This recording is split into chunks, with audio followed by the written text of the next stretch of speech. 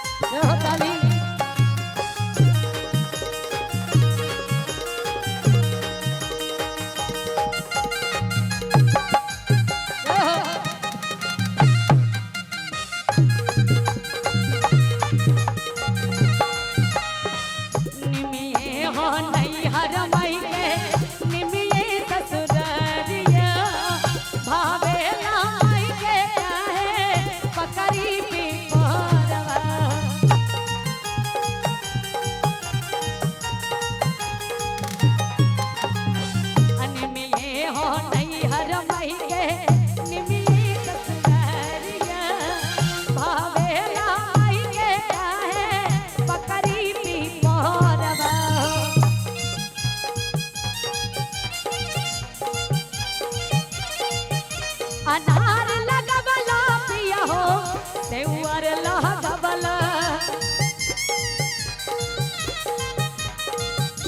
अनार लगवला पिया हो सेउर लगवला।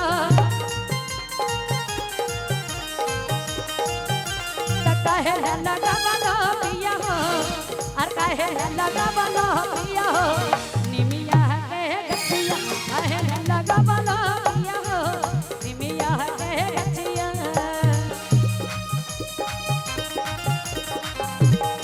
ताली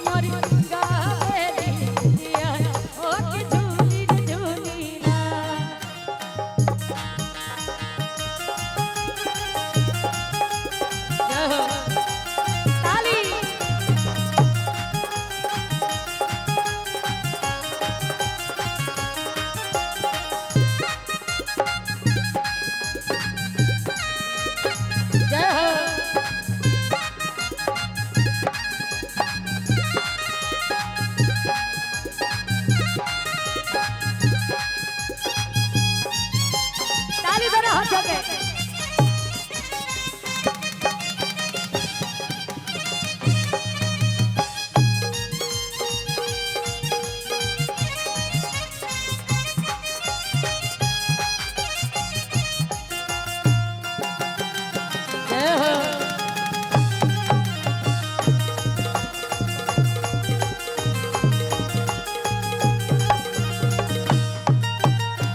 झूलता झूला मैया के लागली पियसिया हो के चली रति हलीना।